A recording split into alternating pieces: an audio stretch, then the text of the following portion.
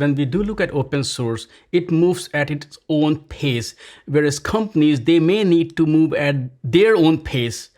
Second thing is moving fast versus, as you mentioned, security of it moving slow to ensure security. It also becomes a big challenge. Also, third component is that when you do talk about cloud foundry, it's not just one cloud foundry. There are so many new technologies that keep emerging. I mean, kubecf is a good example. So your internal teams have to keep up with all these technologies, plus you have to juggle with all those different balls. So how do you make it easier for them so that business continuity is important for them? They don't want the business continuity to break. At the same time, they can leverage latest technologies without compromising on security as well.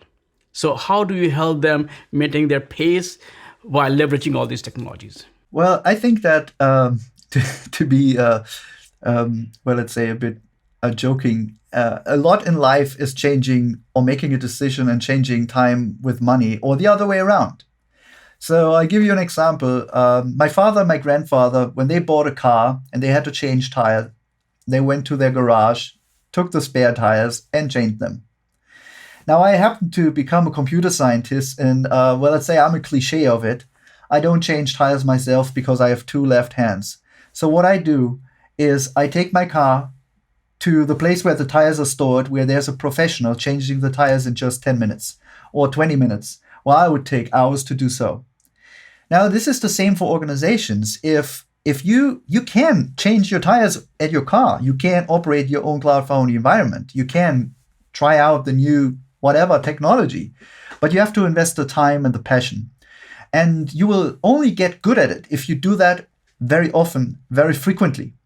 So the whole thing about being effective at something is to enable a group of people to have enough repetitions to become professionals. And then you get a level of efficiency that enables for us a business, but still is cheaper for our clients to go with us than to do it themselves. And this helps them to try out and evaluate new technologies much more efficient because they can try out whether it's something for them.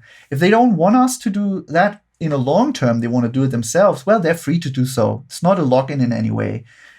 So I would say that some companies, they have talented people.